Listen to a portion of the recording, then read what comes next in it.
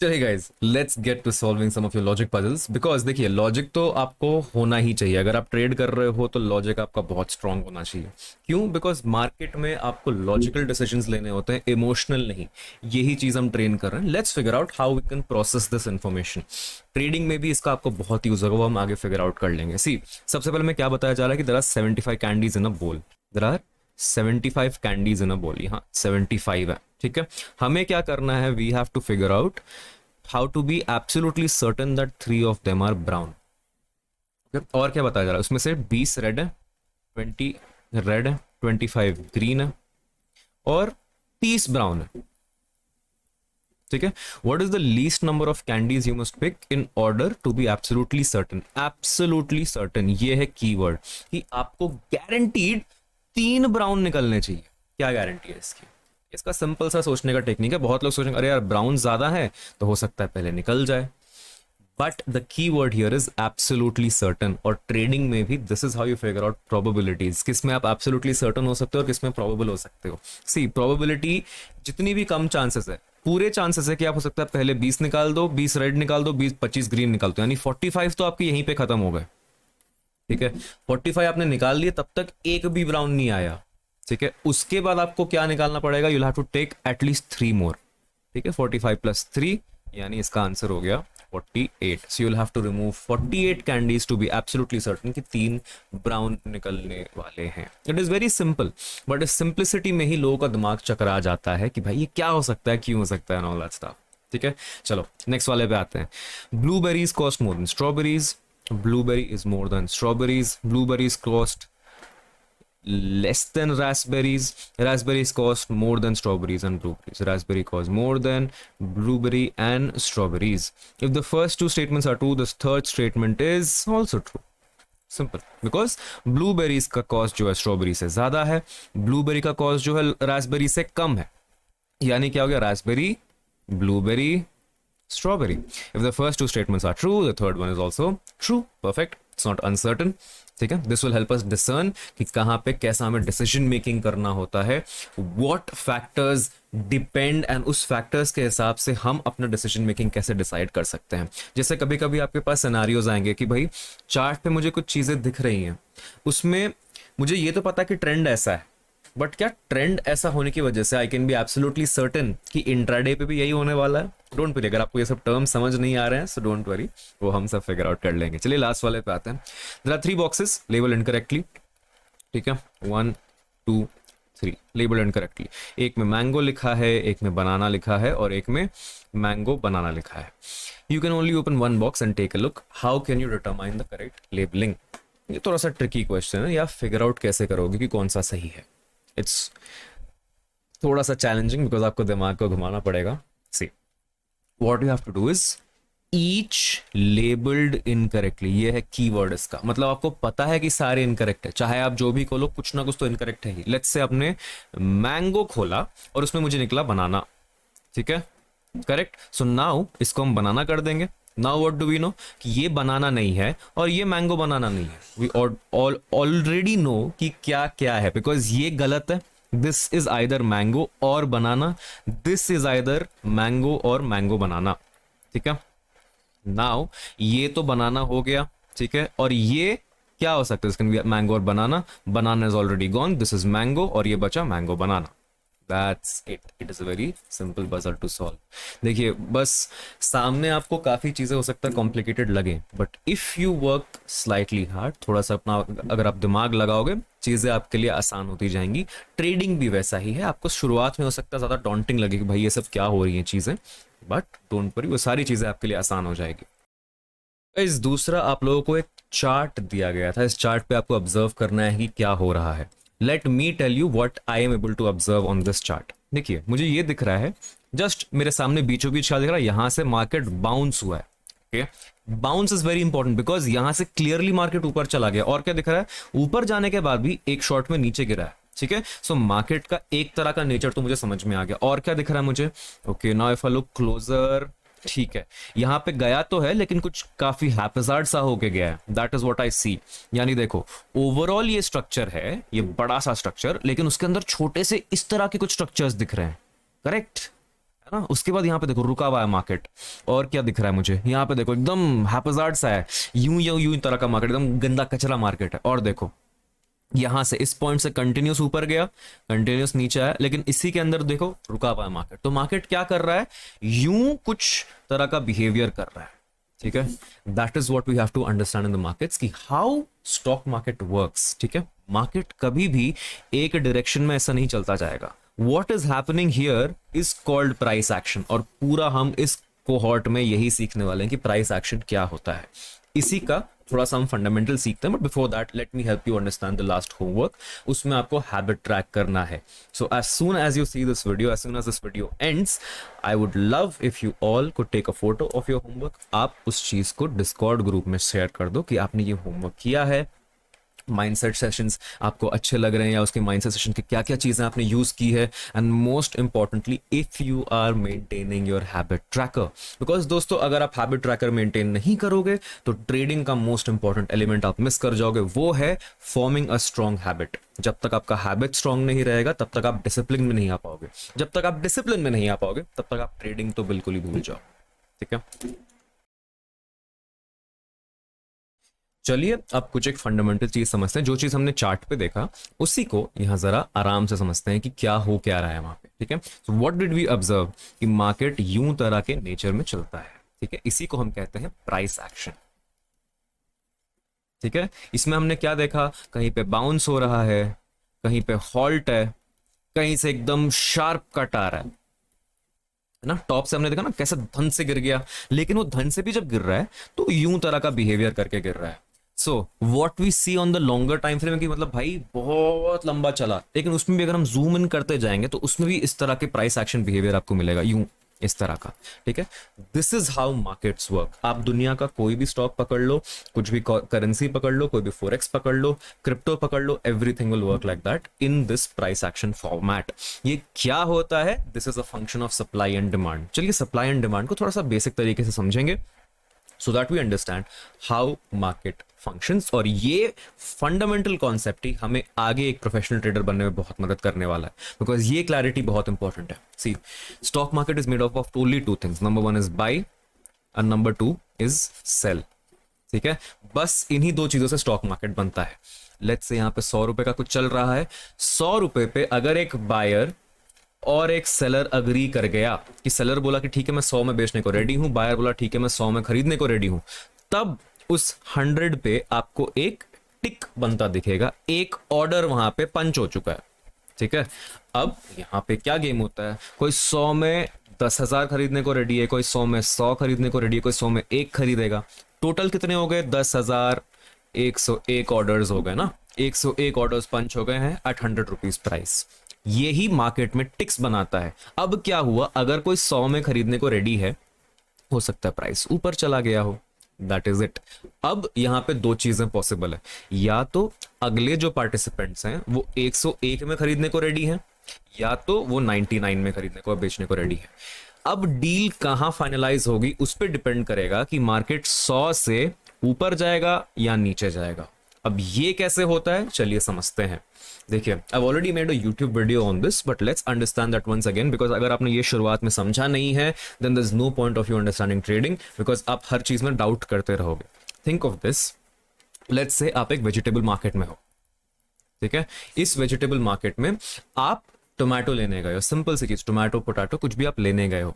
यहां पे आप एक सब्जी सेलर के पास जा रहे हो, नॉर्मली आपके हिसाब से 50 रुपए केजी चलता है, ठीक है, पोटैटो का प्राइस।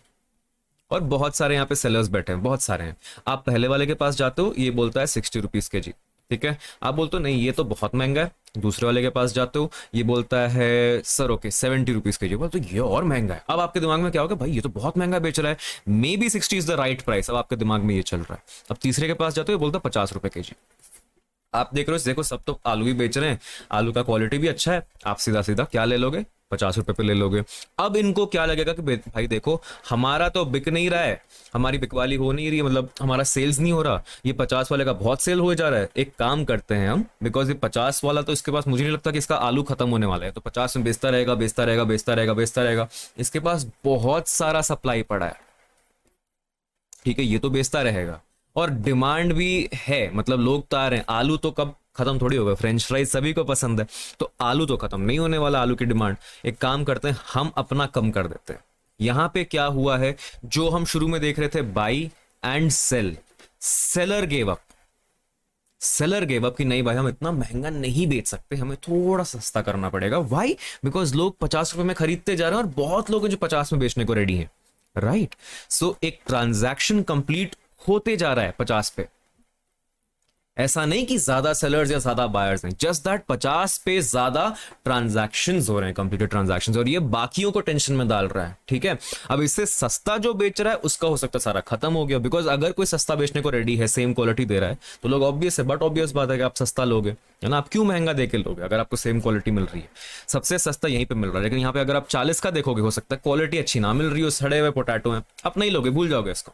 ये क्या कहेगा, ठीक है, या तो पोटैटो ही इसका सही नहीं है, इसका स्टॉक सही नहीं है, right? You choose the right stock as well, correct? See, यहां पे अब एक और सिनेरियो पकड़ते हैं। व्हाट यहां पे क्या हुआ, seller gave up, seller came to the lower price, and यही चीज अगर हम चार्ट में देखेंगे, ये आपको 50 पे ऐसा ऐसा कुछ करता दिखेगा। कोई 50 पे ले रहा है, कोई 52 में ले रहा है, कोई 55 में ले रहा है, कोई 60 में, 60 में तो नहीं जाएगा, 52, 55, 48 इन्हीं प्राइसेस के आसपास हवर कर रहा है। दैट्स इट, यही होता आप देखोगे मार्केट में, ऐसे ऐसे ऐसे ऐसे करके मार्केट चलता रहेगा। This is called sideways nature, इसको कहते हैं साइडवेज नेचर। साइडवेज मतलब क्या, मार्केट फिगर आउट कर रहा है कि इसको ऊपर निकलना है या नीचे, क्योंकि देखिए जिंदगी भर पोटैटो के प्राइस 55 तो नहीं रहेंगे।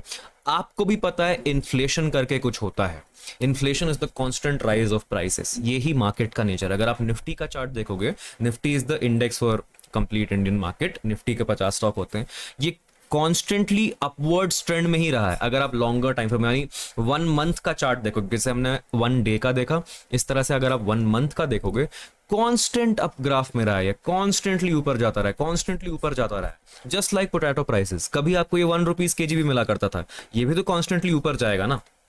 बस इसी कांस्टेंट ऊपर जाने के टाइम पे बहुत बार ये बीच में ढूंढते रहता है, कहीं ना कहीं तो स्टेबल होगा, जिंदगी भर ऐसे सीधा ऊपर थोड़ी जाएगा, कभी स्टेबल होगा, कभी मंदी आ जाएगी तो एकदम गिर जाएगा। बस यही खेल है मार्केट का, यही हमें फिगर आउट करना है कि मार्केट क्या करते रहता है। तो चलिए, 3 तरह के नेचर हम मार्केट की फिगर आउट करते हैं। एक होता है ट्रेंडी नेचर, एक होता है साइडवेज नेचर, और एक होता है वॉलेटाइल नेचर। ठीक है, ये होता है मार्केट के नेचर। नेचर यानी कि आप जो चार्ट पे ऑब्जर्व कर रहे होगे, जो यूं ऊपर जा रहा है, इसको हम कहेंगे ट्रेंडी। जो एक क्लियर रेंज में फंसा हुआ है, इसको हम कहेंगे साइडवेज। ठीक है, और कभी कभी ऐसा ऐसा ऐसा, इस तरह का जो चॉपी बिहेवियर कर रहा है, इसको हम कहेंगे वॉलेटाइल। ये मार्केट में हमें ट्रेड नहीं करना होता, ये one of the best markets है हमारे लिए ट्रेड करने के लिए, और ये सेकंड बेस्ट है। साइडवेज मार्केट में बहुत सारे आप स्ट्रैटेजीज निकाल सकते हो, बिकॉज एकदम शांत मार्केट है। लेट्स से आप एक आलू के ही सेलर हो, ठीक है, आलू खरीदते बेचते हो आप, आपके लिए तो मार्केट आसान है ना, आपके लिए क्या कॉम्प्लिकेशन है उसमें? सिंपल सी चीज, आप क्या करोगे, आप देखोगे कि ठीक है, मेरे हिसाब से मैं मार्केट में बड़ा प्लेयर हूं, मेरे पास टन टन हजारों लाखों टन के आलू आते हैं, मुझे उसको सप्लाई डिस्ट्रीब्यूट करते रहना। आप देखो कि हाँ भाई, यहाँ पे 50 में बिक रहा है आजकल, कहीं कहीं पे 45 में बिक रहा है, कहीं कहीं 55 में बिक रहा है। आप देखोगे, आपको अगर नॉलेज है कि यार अभी जो है ना स्टॉक कम होने वाला है, stock is about to get reduced. ठीक है, स्टॉक कम होने वाला मतलब क्या, सप्लाई कम होने वाली है। सप्लाई जैसे ही कम होगी तो क्या होगा, प्राइस हाइक होगा। तो आप क्या करोगे, as a smart person, as smart money, जिसके पास ज्यादा पैसा है, आप प्राइस उसका बढ़ाना शुरू करोगे, हाइक करना चालू करोगे। कैसे? आप ही खुद हाइक करना चालू करोगे, बिकॉज आपको पता है भाई सप्लाई कम होने वाली है, लोगों को तो आलू चाहिए, आलू के बिना उनका काम नहीं बनने वाला, तो आप हाइक करना चालू कर दोगे। Simple, that is how the price will start going up, because लोगों को तो खरीदना है ही, ट्रांजैक्शन तो कंप्लीट होना है ही। ऐसा नहीं है कि ट्रांजैक्शन कंप्लीट नहीं होगा, लोग लेंगे ही, बट अब महंगे मिलेंगे, एक्सपेंसिव। आप बोलोगे यार तुम्हें परमानेंटली एक्सपेंसिव क्यों ना बेचूं, अगर मेरे पास इतना पैसा है तो। यार ऐसा थोड़ी है कि आप अकेले स्मार्ट प्लेयर हो, आपके साथ और बहुत लोग हैं ना जो कि बहुत ज्यादा सप्लाई रख सकते हैं, तो वो देखेंगे कि भाई ये तो पागल हो गया, तो बहुत ज्यादा महंगा बेच रहा है, ऐसा तो कोई रीजन ही नहीं है, मैं एक रीजनेबल प्राइस में बेच दूंगा। ठीक है, तो अगर आपका बिना जेन्युइन रीजन का सेल कर रहे हो, बिना कुछ एनालिसिस किए आप सेल कर रहे हो, बिना मार्केट की स्टडी किए कि भाई कोई है ही नहीं, सप्लाई का तो कुछ शॉर्टेज ही नहीं है, उसको तो गलत इन्फॉर्मेशन मिल रही है, अगर आप ये देख के आप रीजनेबल प्राइस पे सेल कर रहे हो, तब आप जीतने लग जाओगे, right? That is what we do in the market, we analyse it. ये तो एक एग्जांपल हो गया फंडामेंटल एनालिसिस का। फंडामेंटल यानी कि न्यूज बेस्ड। हम यहां जो सीख रहे हैं उसको हम कहते हैं टेक्निकल एनालिसिस। टेक्निकल क्या? आप ग्राफ्स और चार्ट्स को पढ़ के अपनी एनालिसिस निकालते हो। अब आप पूछोगे यार ये फंडामेंटल तो समझ में आ गया, न्यूज़ है, कुछ बिका नहीं बिका ये है, टेक्निकल कैसे काम करता है? टेक्निकल के काम करने का भी तरीका बहुत सिंपल है। टेक्निकल को आप एज अ साइंस मत देखो, एज एन आर्ट देखो। आर्ट यानी कि जो हिस्ट्री है वो चार्ट पे बनी बनाई आपको दिख रही है। It's a language of the market. ये मार्केट आपसे बात कर रही है। ऐसा जो बिहेवियर है ना, ये आज भी था, कल भी था और हमेशा रहता रहेगा, because this is an expression of human behaviour. That is it, that is why it works. इसके ऊपर आप 50 कॉन्सेप्ट डाल सकते हो, ठीक है, but the base fundamental is nothing but buy sell, जिसकी वजह से क्या क्रिएट होता है? सप्लाई एंड डिमांड, ठीक है। इसी क्रिएशन से मार्केट ऊपर या नीचे जाता है। अगर मार्केट नीचे जा रहा है, ये दैट मींस यहां पे क्या ज्यादा है? सप्लाई ज्यादा है। अगर मार्केट यहां से ऊपर जा रहा है इस प्राइस पे, तो इस प्राइस पे डिमांड ज्यादा है। जस्ट लाइक आईफोन्स, आईफोन का अगर लॉन्च हुआ है 1,50,000 में उसका लॉन्च हुआ है, ठीक है, यहां बिक रहा है, तो सप्लाई डिमांड अच्छा खासा मैच्ड है। लेकिन ये सेम आईफोन अगर वो 1,80,000 में बेचना चालू कर दे, सेम आईफोन अपने आप ही उसने बढ़ा दिया, तो क्या हो जाएगा? सप्लाई तो ज्यादा है लेकिन डिमांड कम है, और डिमांड जैसे कम होती है, सप्लाई जैसे ज्यादा होती है, प्राइस क्या होता है? नीचे आता है। और ये सेम आईफोन अगर उसने 1,00,000 में निकाल दिया, तब क्या होगा? सप्लाई उतनी है लेकिन डिमांड बढ़ जाएगी ना।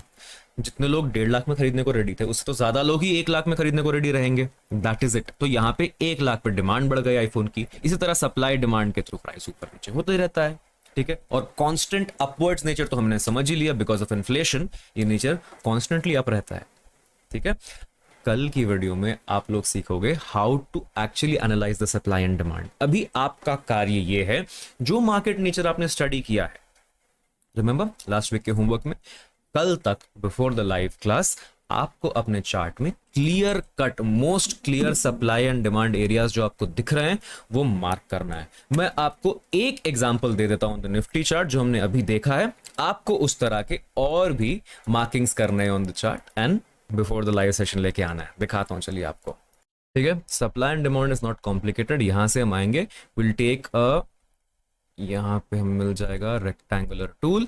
यहां से मैं कुछ नहीं करूँ, देखो जैसे यहां से बाउंस हुआ है, right, so will mark this area. चलो ये एक क्लियर कट डिमांड एरिया दिख रहा है, यानी यहां से सीधा प्राइस बाउंस हो गया। चलो इसके अलावा क्या दिख रहा है? यहाँ पे this is a clear cut supply area. बस देखो अभी वापस निफ्टी जो है सप्लाई एरिया में, देखो क्या कर रहा है, सप्लाई एरिया में धीरे धीरे नीचे जा रहा है। That is how supply and demand areas work. अभी आप अपने हिसाब से मार्क करो, you could even mark this one, यार ये भी एक सप्लाई डिमांड एरिया, बिकॉज यहां से भी टपका है। Now that is up to you कि आप अपनी आंखों से क्या क्या देख पा रहे हो। Mark that, bring that to the recording tomorrow. वो सब हम डिस्कस करेंगे वेंसडे को जब हम लाइव करने वाले हैं। कल आपको सप्लाई डिमांड की एक और बढ़िया से रिकॉर्डिंग मिल जाएगी जहां पे आपको इसको और क्लियर कट जानकारी मिल जाएगी, ठीक है। ये होमवर्क और कल वाला जो आपको होमवर्क मिलने वाला है, do that, bring that in the Wednesday's recording, वो हम डिस्कस करेंगे और फिर देखते हैं। चलिए मिलते हैं गाइस।